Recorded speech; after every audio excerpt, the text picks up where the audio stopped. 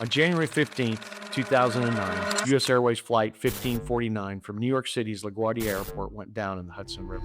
155 passengers and crew were on board. Most of them were off the plane in under 6 minutes. But one man stayed, not because someone told him to, but because of who he already was, long before that moment ever happened. That man is Dave Sanderson, a survivor of the miracle on the Hudson, a leadership speaker on 5 continents, and someone who has spent his entire life pursuing the answer to one question. What does it actually take to do the right thing when everything is on the line? That's what we're going to get into today. This is the Operator's Code.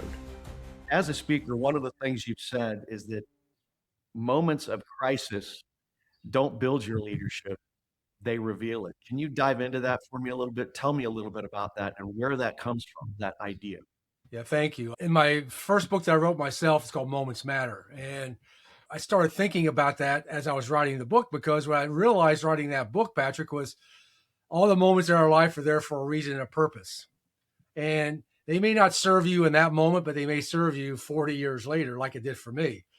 So I really started thinking about that because I think it's true. I think, there's things put in our lives to be able to prepare us mentally, emotionally, psychologically for something that's going to happen that we probably wouldn't predict is going to happen through our life. So I think that started really emanating as I wrote my first book I wrote myself, Moments Matter.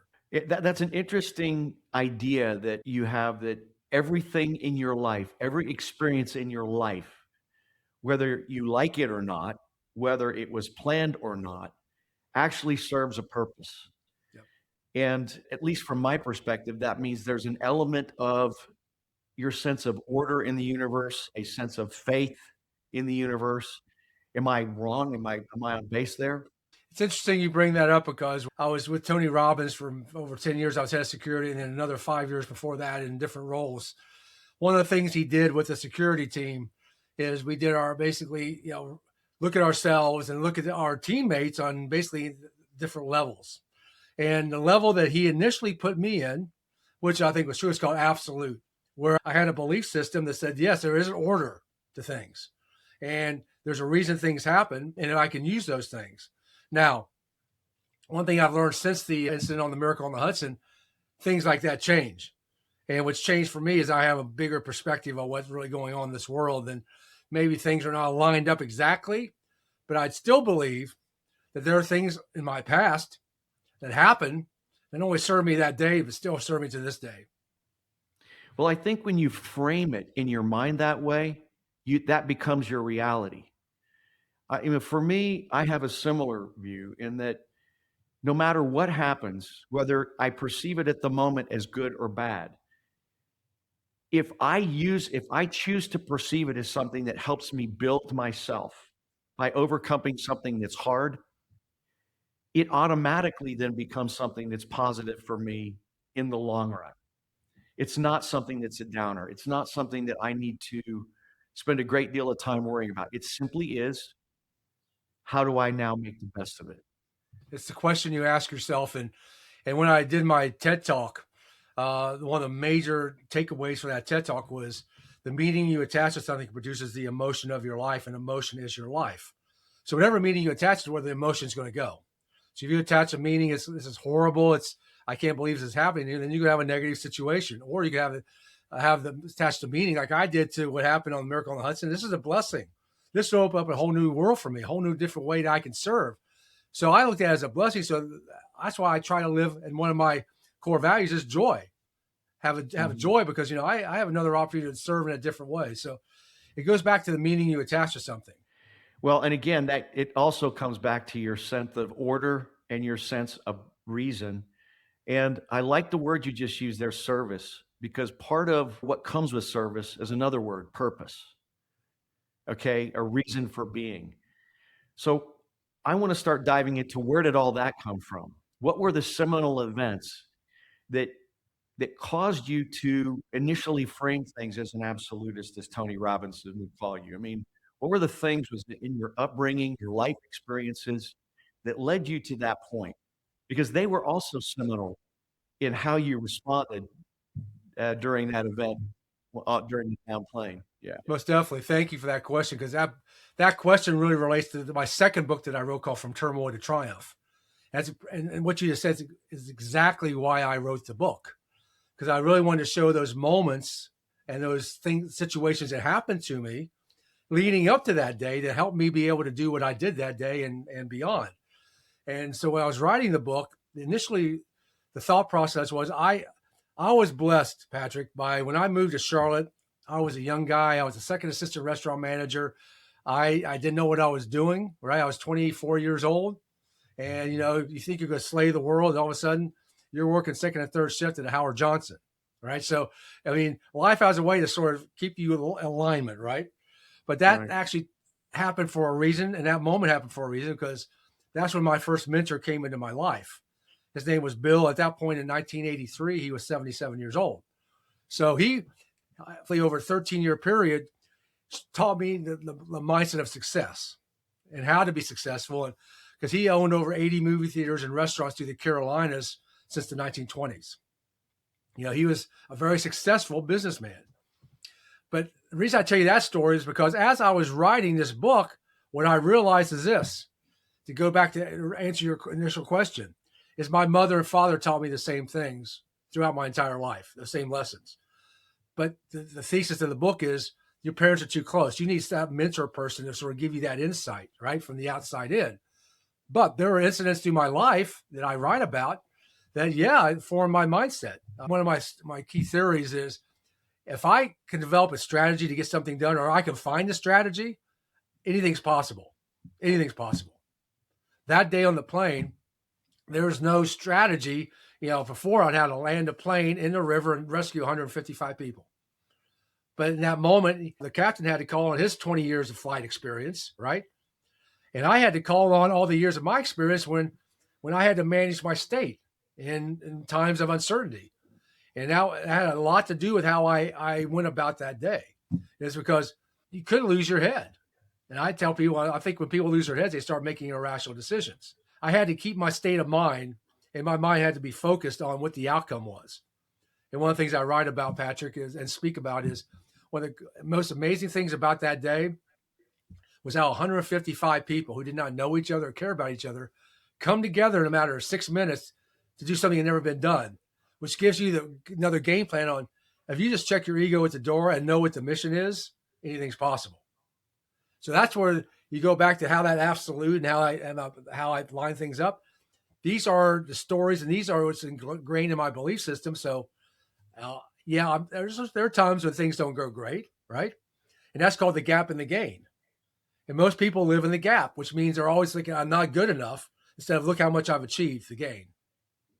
So one of the things that's changed dramatically for me since the plane incident was trying to be focused, living in the gain as much as possible, because now I have gratitude instead of saying I'm not good enough. And that theory, that's called the gap in the gain, has changed how I approach things. It's interesting. You mentioned two key words there, humbleness and gratitude. And again, those are things that are character traits. They're ways of viewing yourself as a lens to the rest of the world around you. Where did that come from? Gratitude, is sometimes I have to define it for people, because some people, they say the word gratitude, but I don't know if they know what it means. And my meaning of that is, when giving thanks to something bigger than yourself. And I tell people nowadays, Patrick, in this world, that could be God, that could be a tree. You can call it whatever you want, right? Right. But I call it, you have to give, because one of my theories is the more gratitude you give, the more grace that you get. My mother was very religious. My dad started becoming more religious as we were growing up. He wasn't that much when we started, but I lived in church, and it was it's not optional. It was not optional, right? Yeah. But that also taught me that I started looking back and looking at the history and meeting my grandparents and all, and having gratitude for what they had to go through. I mean, even looking at my parents, they grew up in a depression, right? What they had to go through. And then I think the one thing that really accelerated that for me is right before I started writing my book, Moments Matter, when I was still trying to think, what am I going to write about? I don't know. I've never been an author of really doing this. And I was sitting where I'm sitting right here today, this chair and this right here. And I get a phone call from my wife. She said, there's a couple of neighbors down the street that needed help getting their TV fixed. And these are older ladies. These are ladies in their 70s, and these are sisters that live down the street. And now I grew up in a small town where you always helped your neighbors. And more importantly, you always help an elderly person, right? So, of course, I'm going to go down. I fixed their TVs, and they asked me if I could stay for milk and cookies. Now, I love milk and cookies, right? Especially if a couple old ladies can probably bake. So, I'm all in, right? What am I Right. going to do? So I'm sitting in their parlor, Patrick, while waiting for milk and cookies to come out. And they had these books of World War II. And I love World War II history. It's one of my passions. I love learning about it and all the intricacies of what really had to happen to go into this thing. So as I was looking at this book, I'm like, wow, I've never seen a lot of this material. So when they came back in, I asked them, I said, I want to get a copy of this. Where did you get this? And they both looked at me, Patrick, and rolled up their sleeves and showed me the letters and numbers down their arm. Oh, And they were wow. in that book. And I was blown away. And so I for 2 hours, they told me the story how they survived a concentration camp. That's the Wow. moment I always had gratitude, but I realized, how thankful, I should be to what I've been able to have in my life, what these ladies had to go through, and how much gratitude they had for surviving what they had to survive. And that's where gratitude to me has been so important. And even when I went back into the Hudson River and swim with the Navy SEALs, when it was real, I wasn't ready for it. I had swum for 40 years, but I realized on the last leg of that swim, and I looked to the left on a stroke, and I saw where the plane crashed, and I stopped. And there's a picture of me and my wingman Suzanne at that moment. And that's the moment I realized how much gratitude I had in my life, because it takes a lot of people in your life to get you to where you're at. Your Yeah. parents, your teachers, your elders, your associates at work. There's a lot of people help to get you where you're at. So you better be able to give thanks to be able to do that, and hopefully teach the next generations to be able to have gratitude likewise. And I think that's one of the things that's needed right now, especially with our younger generations. I would agree wholeheartedly with you, Dave, that I think that we as a society are too focused on what's negative and not focused on what's good. We rarely take a break to assess just everything that we have, how blessed we are. We talk about how terrible the economy is. It's like, you know what? My grandparents lived through way worse. Okay. Anybody that lived or tried to buy a home in the late 70s when Jimmy Carter was president, interest rates today are nothing compared to what those were. 19-20% back then. Yep. Exactly.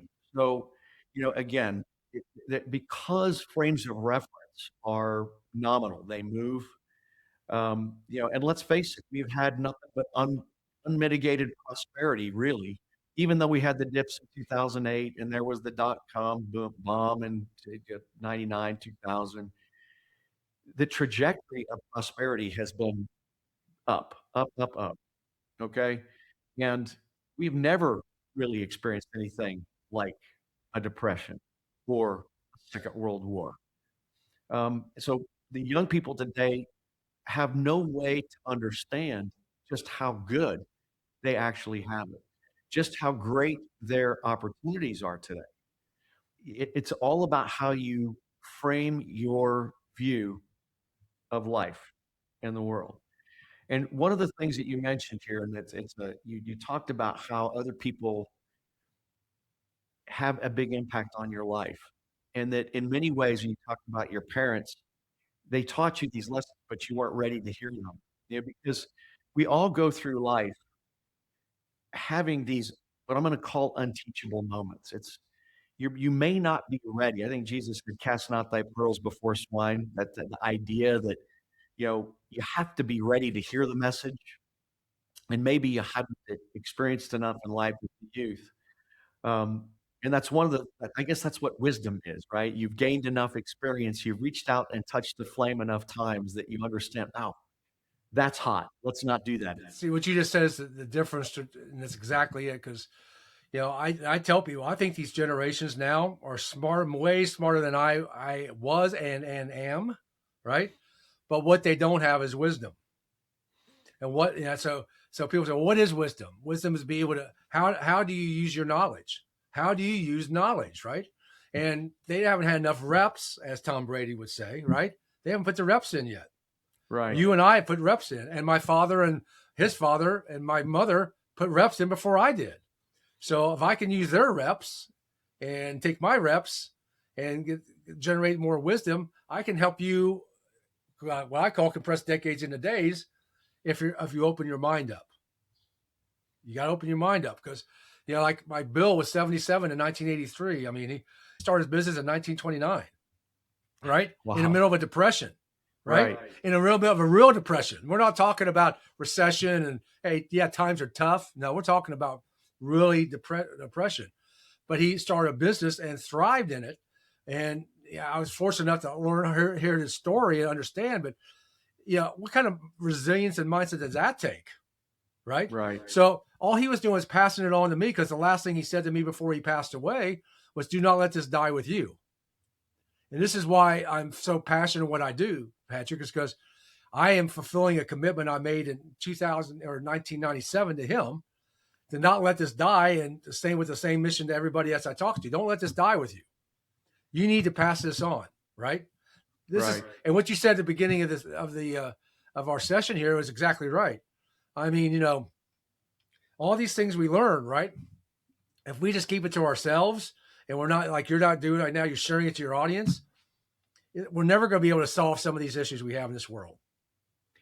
Well, one of the things I think that I want to touch base on, because there's an interesting corollary where you, in your process of looking back at your life and writing your book, I mean, you went through a process of introspection that honestly most people will never go through in their life. And that's a shame, because really that's something that, if it's teachable, we need to help people learn, because it's that sense of introspective that allows you to become truly self-aware.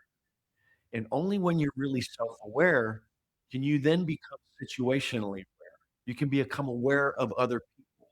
You're conscious of your thoughts. You are conscious of your feelings. Doesn't mean you don't have them. You just don't allow feelings to rule you. And so there's a little bit of stoicism in it. But the main thing I want to get back to, the point you made earlier, is that you now recognize that all these people in your life were sharing with you their experiences, their wisdom. Whether or not you're prepared to receive it or not isn't the point. It's that it was happening. People were conscious of what they were doing. The corollary to that is, you brought up, is that now you know that you have this responsibility, really, in a form of service, to help bring this wisdom and make sure we pass it on to the next generation. And maybe in some cases, it's maybe not the next generation. Maybe it's somebody that just needs a reframing of their mindset. And this is something that we as individuals do, or have the capacity to do, if we're aware of it, every day. I mean, the fact that you chose to just walk down the street and small act of service, that example alone is an incredible example of just grace, being gracious. Well, thank you. I liken that to I give the credit to my mother, because when I grew up, my mother's belief system, it was, you take care of everybody, your neighbors. You take care of your neighbors. Just, once again, non-negotiable, right? I remember when I was a kid, when I had to go, down the street to an old lady's house and just to help her out, right? To bring apples. I remember I brought apples and something to her because she was old, she couldn't get out. And my mother said, "Go do it." I didn't want to do it, right? It's like, but it's like, no, it's non-negotiable, right? Right. See, nowadays, I think one of the issues, and listen, my wife and I have been guilty of this, is we all negotiate with our kids. Back then, there was no negotiation, right? It was black and white. I don't know about how you grew up, but there was right and wrong, right? I know that my wife and I have made a lot of mistakes, because sometimes we did acquiesce because we wanted to make sure that they felt good, but we were not doing them any service, because now in the real world they got to deal with stuff. Fortunately, we gave them enough on the side of the ledger that they had to deal with. Most of them can handle most of it, right? There's always something that comes up that they haven't dealt with, they need help with. But that's where I think our responsibility is as parents, to prepare them to be adults, to be able to handle and make decisions and have the consequences of those decisions, right? My parents made me have consequences. My Yeah. my eldest daughter thinks grandpa was a mean man for kicking me out of the house after 30 days out of college, right? I said, Chelsea, you got to remember, grandpa grew up in the 30s, Yeah. right? His parents were working just to try to put food on the table, right? Yeah.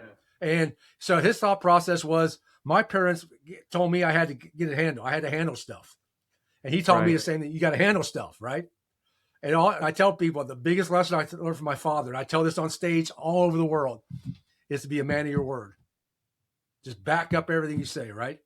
And Yep. he was giving me a very strong reference on how to back up what he was saying. And it was painful. My father, he always said, say what you mean what you say, and then do what you say. If you do that, you're an honorable man. Okay. My parents weren't so religious, but we did have a very strong moral grounding in that my mother was one of these people that was kind of a stoic, and she always said, "Look, you don't control all the things that happen outside of your life. All you control is how you deal with those things, and that you live in the eternal present. What's in the past you can't change. What's in the future you cannot change. The only thing you can do is deal with what's sitting in front of you right now." And her attitude was simply this. This was her saying, "Do what must be done when it must be done in the proper spirit." Because the attitude with which you do it is as important and sometimes more important than what you actually do. And so that was a way for me, those two basic sort of, if I'm going to look at brackets that kind of guided me as I'm a bowling ball with the little brackets that don't let me fall into the gutter. Those were my two brackets that I bounced down as that little bowling ball trying to go down and hit a strike. And have found those to be incredibly helpful because they enabled me to focus on what's in front of me, not worry about, well, woe is me. This thing happened. It's like, okay, is feeling sorry for yourself going to fix it? Of course not. I appreciate what you just said, because one of the premises of my next book is I use the circumstance that would happen in the plane during the plane incident. Is what is your best next step, right? Because that day on the plane, I got told, and I said this the other day in Tampa when I spoke to a large consumer packaged goods companies, and I said, what? One of the things you realize is when you're going through something like that, you don't have time to do a 5-year plan and breaking down all the strategy. I said, what's your best next step? You have to have enough information to make able to make a decision and keep your head, right? So in life, that's a metaphor now in life. What's my next best step? So I don't have to know all the information and boil the ocean. I need enough information to be able to make a decision, because most people won't even make a decision. See, I believe the two key tenets of leadership are resourcefulness and decision making. If you're resourceful, using resources you have to the maximum ability, and be able to make a decision, you will be able to lead yourself first. And going back to what your mom is, as you was talking, I was thinking my mom's core belief, I learned it that day, was there's no such word as can't. Right. So I grew up in a house where if you said that word, you got punished. You got your hand slapped, right? So going back, like we talked about the moments and all these things relate. Why? Those belief systems were put in my head that there's no such word as can't. So, I can't fail unless I don't try. Right. Well, the only way you do fail is when you choose to quit, you give up, or you choose not to do anything. So that's why, even when I was swimming across the Hudson River, I wanted to quit a lot of times, but it's like, no such word as quit. And he's just like, but the great thing about that is you've developed the perseverance strength, right? To be able to pull anything off. Even when I'm sure some of the people out there, and I've been through this, I don't know if you have, financial challenges, right? I mean, I've got 4 kids, I've got college education, and money was going every which way, right? And you can make as much money as you want and all this, but all of a sudden money's going to college and weddings and everything else. So a lot of stress on a lot of people's money. But then look back, it's like, what? I've always been able to earn money. I just got to get more resourceful on how I'm going to earn money. So it goes back to asking a different question. If I could do it, how would I do it? And then all of a sudden your mind opens up. Say, if I could do it, I would do it this, this, this. And all of a sudden now you have a strategy. Just think our best next step. Let's go. Well, the way I also like to think about this is that, and I get back to this idea of being blessed is that how wonderful it is that you're blessed that you could afford to do those things, you know, to be in a place, to have earned the right to be in a place where you bear that responsibility, the yoke of responsibility. It is a yoke. It's a pressure point, but it's also a tremendous honor. I agree. I wasn't supposed to be on the plane, right? I was supposed to be on the 5 o'clock flight. So my belief system is I was on that plane for a reason and a purpose, right? Now going through it, I didn't know that, right? I wasn't thinking that, but as I look back, I was on that plane for a reason and a purpose. I don't think everybody on that plane was on it for a reason and a purpose. The captain, the first officer, the crew, passengers, all these people on the plane for a reason and a purpose. And some of them realized what that was later. Some people didn't, still haven't. That's cool. Sometimes it takes a while, but and I realized that maybe God had a different plan for me, because why would he put me in this position and in a position where I had to make a call, life and death call a couple of times, right? Mm-hmm. I mean, I wasn't a plan. My plan was not to be the last passenger out, but all of a sudden, based on what I had to do, I became the last passenger out of the plane. So I was inside the plane for 7 minutes, waist deep in 36-degree water, which wasn't my choice. But I think God puts you through those trials. I mean, I liken it to, hey, Jesus was a good guy, but he still got put on a cross. He had to bear a cross. I think we all have to, we all will go through our lives. I tell everybody, and whether you believe it or not, it's totally up to you, but everybody's in their lives going to go through a personal plane crash moment. Something's going to happen. I don't know anybody in my life that hasn't had something happen, whether it's a car accident, illness, loss of a family member, something has happened, right? A traumatic experience has happened somewhere in your life and will happen. They are features of life. They are not the exception. No, they are happen. features, and it's they are part of. You can guarantee you're going to go through something like that. And to your point, where we opened up these crises moments, they actually show who you are. This is a perfect example where you didn't have to choose to be the one guiding and helping these people up, but you did that. So somewhere in your background, you had built this sense of service and purpose that allowed you to willingly accept that yoke of responsibility to help these people, because you could have been off a lot earlier, but you chose. And I think that's, you need to recognize and give yourself credit for that. That was a choice you made. And you made it in a crisis moment. How many people wouldn't make that choice? Yeah, I thank you. I appreciate that. And it was interesting you said that, because as soon as you said that, I triggered back to several years ago. I spoke at an event with another passenger, and he went first. And his story is he had a nice story, but his story, he was one of the first people out of the plane, right?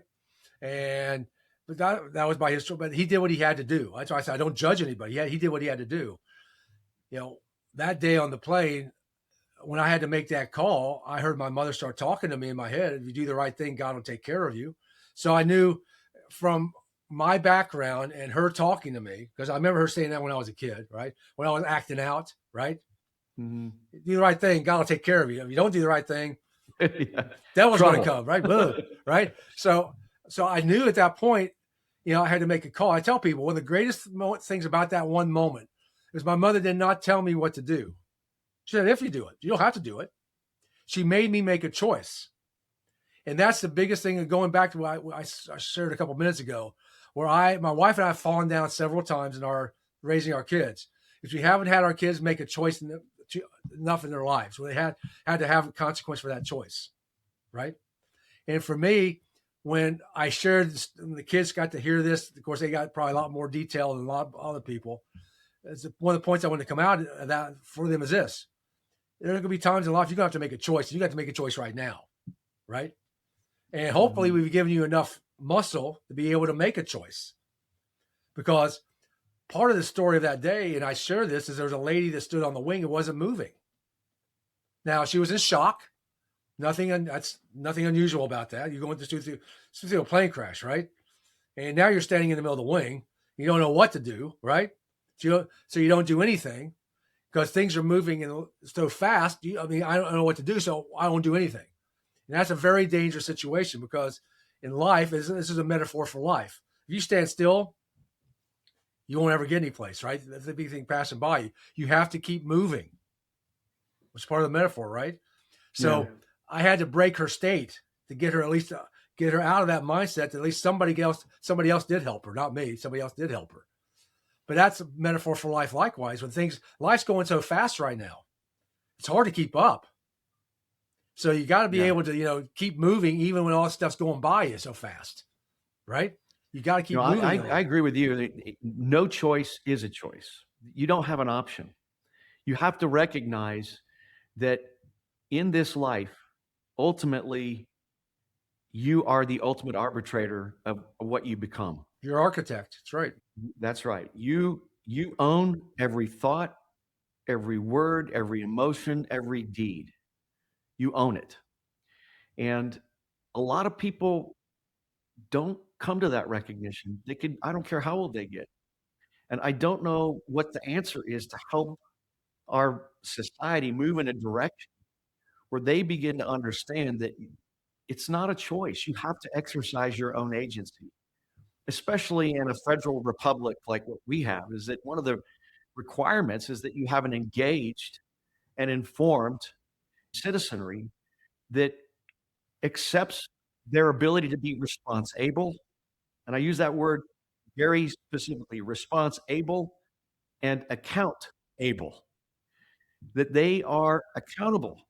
We have the leaders in place today because that's who we deserve. And if we want better, we need to choose better. We need to expect better. It's almost like society's too soft today. They either haven't had the choice to be able to choose to do hard things, or they just choose not to, or because things are so easy to get now, you're not forced to live through something difficult. Well, I agree. I think there's a lot of recent generations, and I won't be very specific, but recent generations haven't had to make choices because my parents made the choices for them. They always got a trophy. They always got a trophy, and it's like, and I remember once when my son was in second grade and they were giving a participation trophy. I said, "You're not taking the trophy because in life you got to perform. And you got to have some competence to be able to be recognized, right? So if I teach you right now that you get a trophy for everything, you're gonna grow up like, okay, you know what? I can slack off and I'll still be rewarded, right? What kind of effort you get, what kind of results that you get, and the difference is, I won't go through the whole thing, but there is a difference between being excellent and being outstanding. There is. You can give an excellent effort, right? You can be excellent at what you do, and just like the Olympics, right? You can be excellent. Hey, you're one of the top 3 people in the world in figure skating, right? Mm-hmm. And you'll get a good result. You will get a medal. But it's the outstanding. Standing out is the one that gets all the quan, right? Gets the gold, gets everything. So what's that difference between excellence and outstanding? Is that 2%, that mindset, right? It's the mindset. And it's the meanings you attach. It's how you respond, right? And putting those extra reps in where other people won't. It's those little things. And if we don't teach our next generations, it's the little things, right? That you need to master if you want to be outstanding. Now, you can like or dislike Donald Trump all you want, but one of the things about Donald Trump is the dude's been hit so many times, he doesn't feel it. It's a great role model, right? And I had the opportunity to meet Bill Clinton, several years ago over the golf course. He was playing and he went through our group. And long story short, I think you can learn something from everybody. Even if you don't agree with him, you can learn something from him. And what I learned from Bill Clinton, which has been a great attribute for me to learn and try to implement, is the ability to compartmentalize.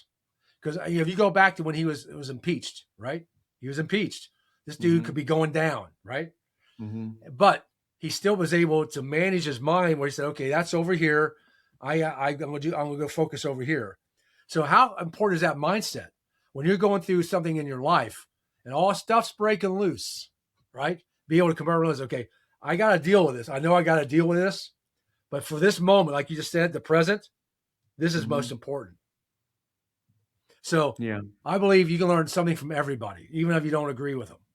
No, and I agree with you there too. In your mind, what are the most important things we can be doing to propagate this wisdom, this knowledge. So, and I've been always been a big believer. Well, not always, since about 1985, 86, been a believer of you've got to invest more in yourself than anything else. You have to I invest agree. more. And that came from one of the first events I ever went to with Jim Rohn back in the late 80s. I think it was 89, 90 maybe. And I heard him say that.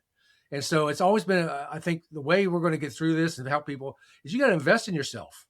You got to listen to not only the podcast, but you got to read the books. You got to put the time in and, and, and meet these people. See, one of the things my mentor Bill did for me is he had his kitchen cabinet.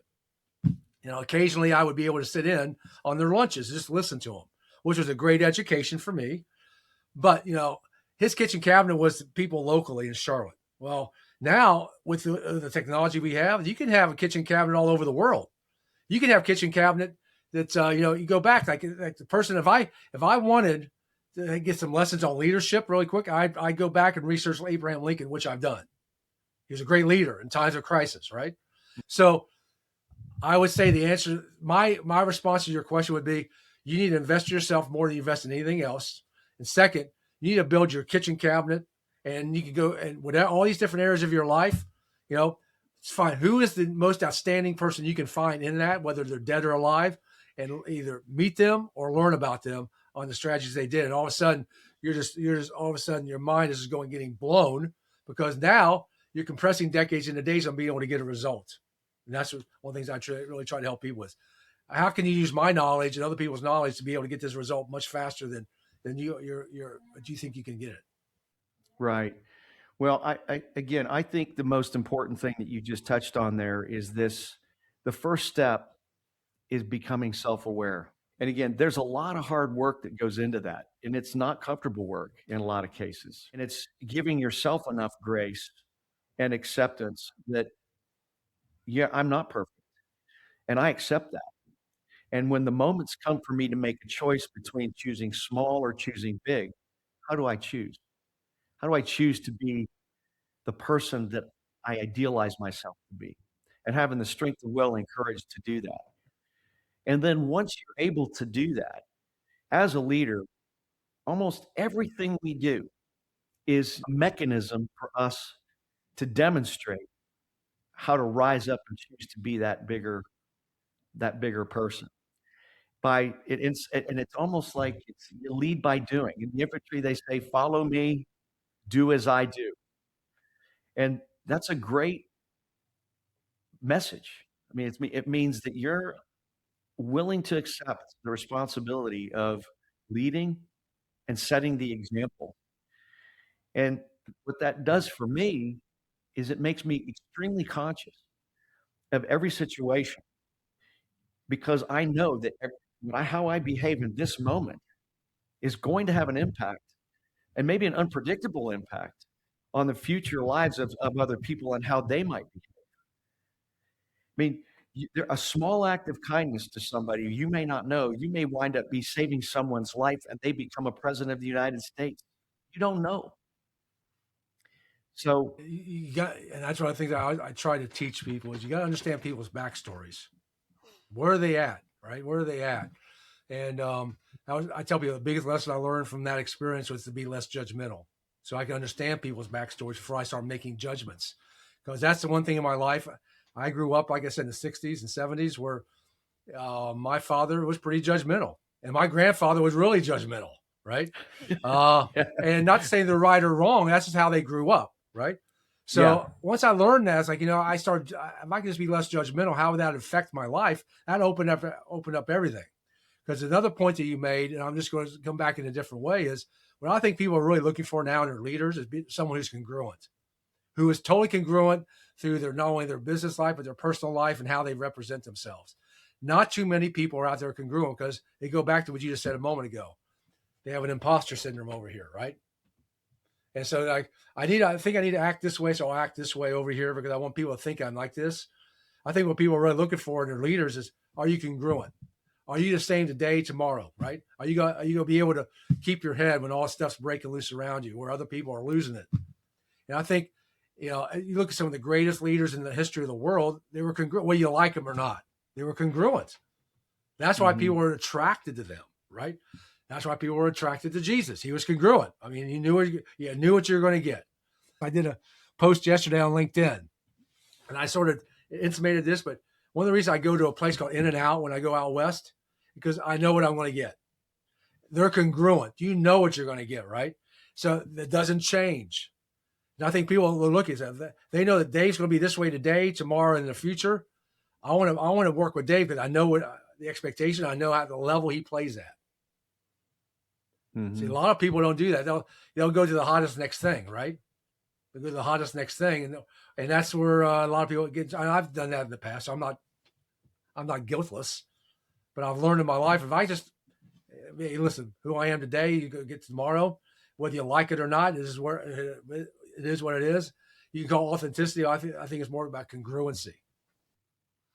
Well, I think if a leader is principles and values based, and they frame their understanding of problems and situations with that consistent values framework, they can't but help be congruent and consistent. I appreciate you saying that because on my new website, we were doing a review of my website, new website, and I saw something glaring. I said, "What I want on my website, so I want everybody to see our values, so they know what we stand for up front.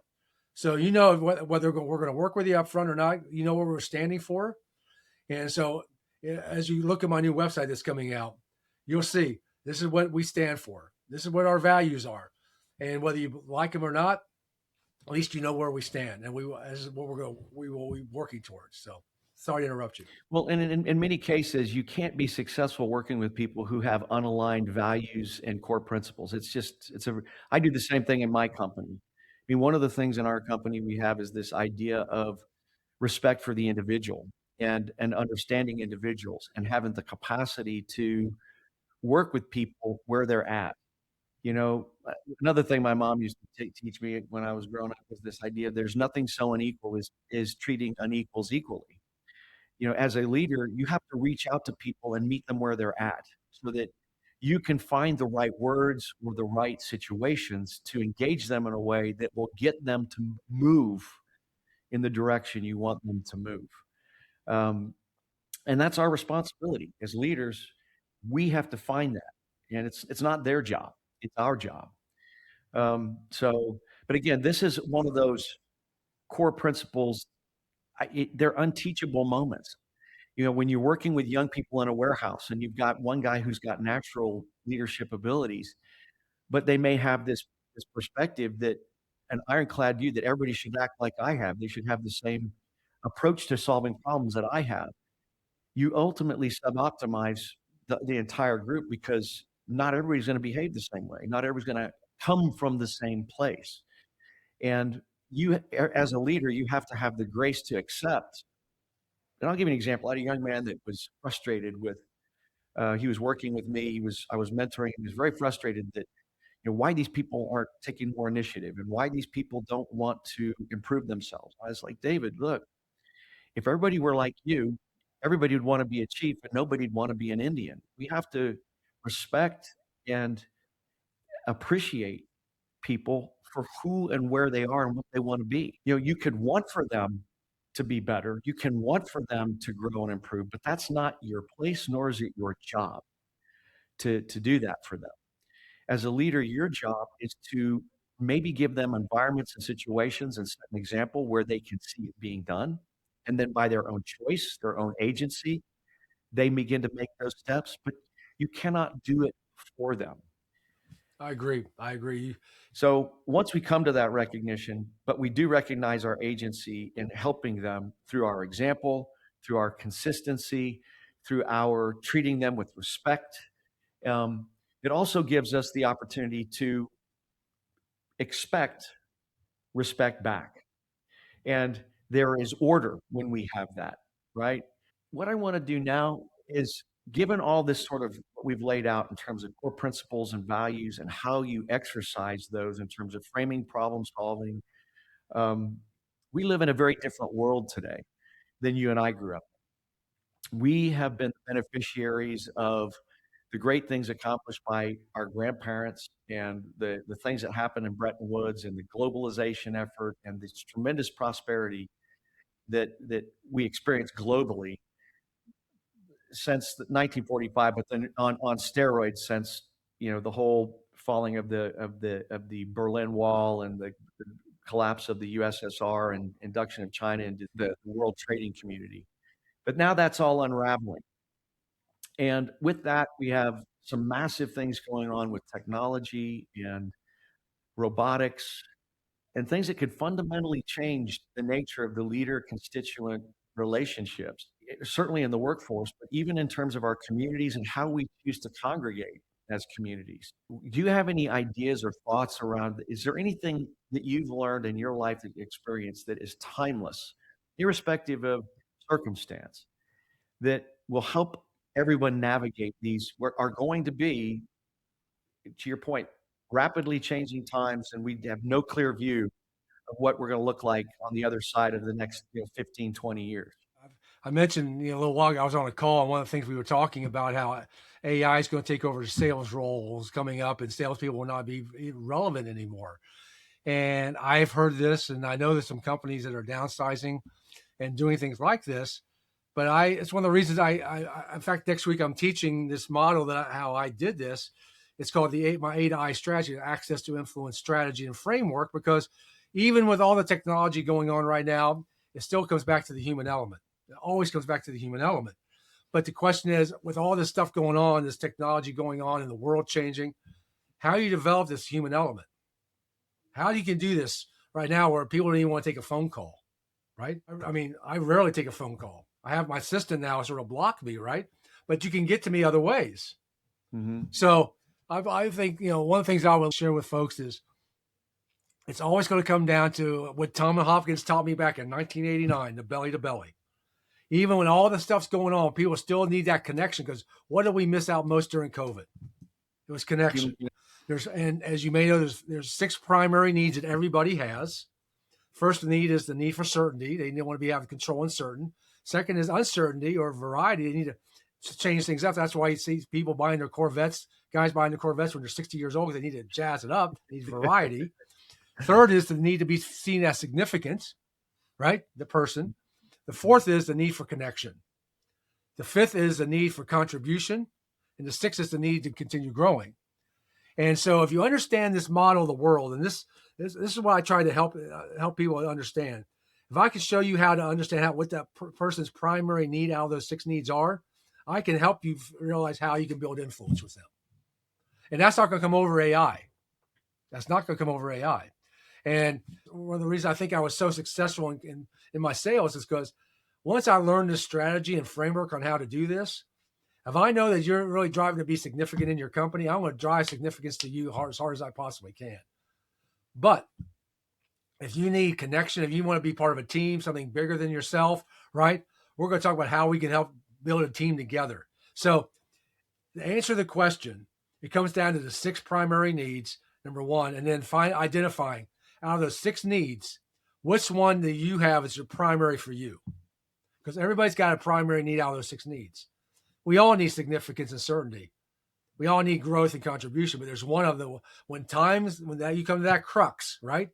Mm-hmm. That moment, and you got to make a call. One of those needs is going to step out, and you'll find out how that person's primary need at that moment in time.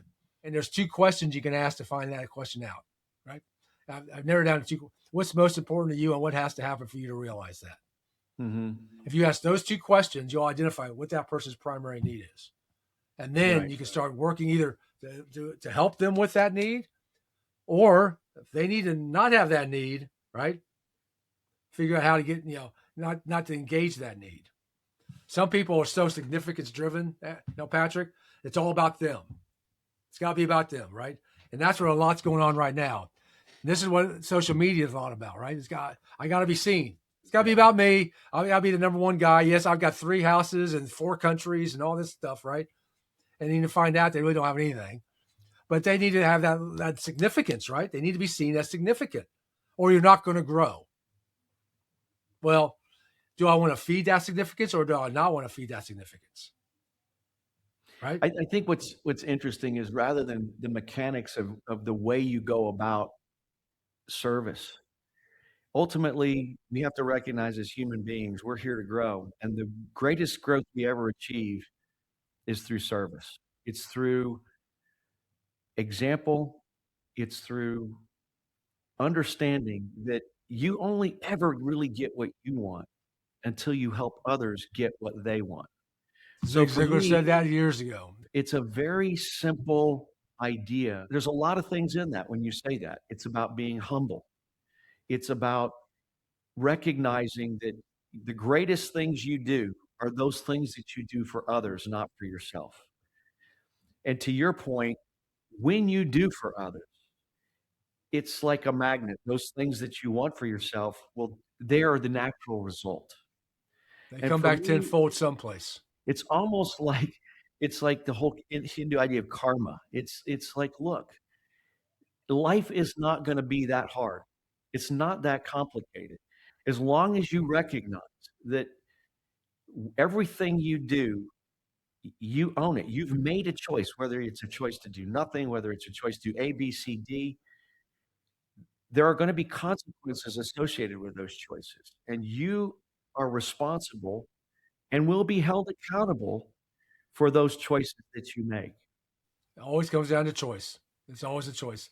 I think the biggest thing that we've got to figure out is through some mechanism, and I don't know that it's through large institutional education systems or a fundamental rethinking around, how we raise young people. I mean, I'm not talking just the mother and the father. I mean, you and I grew up in a world where your neighbor had a significant impact on your behavior. Your grandparents were engaged and involved in your life. Um, we have lost a lot of that. And it's almost like we'd have to completely rethink the structure of work, education, so that we can recapture the very positive things associated with extended families, larger families, um, and the mechanics of how all that operated in a small. It wasn't just you had extended families. Your neighbors were actually part of your family. And they could take authority over you and for you when your parents Oh weren't yeah. there. Oh yeah, you get a butt whooping from your neighbor if they caught you out doing something wrong and they drag you back by your ear and say, "Guess what this whippersnapper was doing?" And then you get another one when you And afterward. and and your mom and dad wouldn't say, "I'm going to sue the neighbor." They're going to say, "Good, now you get Yeah, another one," right? For right. being stupid, right? Yeah. Well, I mean, it's different times. I don't know how we take the best of what was available when we had a different culture and a different sort of ecosystem of the way people were evolving and growing. But we need to fundamentally make some big changes. I don't have the answers, but I do know this: is that we need an engaged and informed citizenry. We need a citizenry that's not afraid to be held responsible and accountable, and a citizenry that is humble enough that and gracious enough that they understand their own flaws and they're willing to accept less than perfection or less than identical belief from their neighbor or some guy down the street. Yeah, I just think that my initial response would be the only way I think right now is that we have to model what we expect, right? We just have to model it, and hopefully other people will pick up on that modeling. But now it's really tough right now because the with all the different social media and all the different technologies that everybody has available. I think when they see somebody who actually walks their talk and lives to and is accountable and lives to that level of standard, it comes back to raising standards, right? Right. And so, but you got so, but to answer the question like you just said is you got to maintain your standard. True. You can't all acquiesce your standard because then you become non-congruent. Correct. No, you're absolutely right. I mean, all I can do, or all you can do as an individual citizen, is to model the behavior that you believe is exemplary, that you would like others to emulate, irrespective of the tools that are available to us today or the speed at which things are changing. I think that's probably the thing that we have to just leave here as the core is that ultimately your first responsibility is to yourself. And I think there's a guy named Stephen Covey that wrote a book about this, the 7 Habits of Highly Effective Leaders. He wrote another one called Principle Centered Leadership. And the first mandate is to know yourself. I think the Greeks put that over the Parthenon, man, know thyself, right? That's the first mandate. And that's something you talked about initially.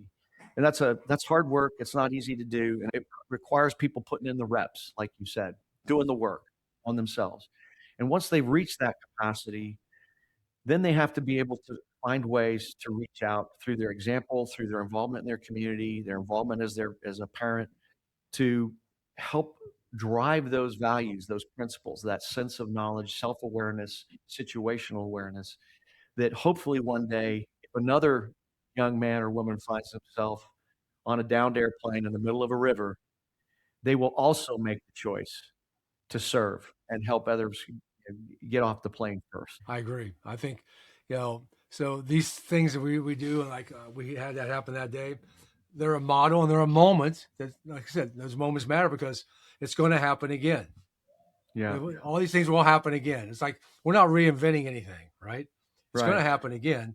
So hopefully we can be the role models for the next generation because we are the link to the previous generation. It's incumbent on us to be able to, help maintain and raise our standards to show people how it's done because hopefully the next generation, somebody will pick up on it and be able to keep passing it on. And that's why I wrote my books. That's why I think I do what I do so that I can help people understand and not let this, what I learned, die with me. Well, Dave, I really appreciate your time. I am very humbly gracious that you came on. I'm so thankful that we had this conversation. And thank you for being one of the few who's willing to don the mantle of leadership and who's willing to do these things, who's willing to make the hard choices to serve because we need it. I appreciate it. I'm honored to be with you. Thank you so much. Hey, everyone. Thank you for listening to this show. We can't tell you how much we appreciate it. Remember, the best lessons don't survive unless someone chooses to pass them on. The code you operate by today isn't just building the leader you'll be tomorrow. It's shaping the organization, the people, and the legacy that you choose to leave behind. So be intentional about it. This is the Operator's Code. I look forward to seeing you next time.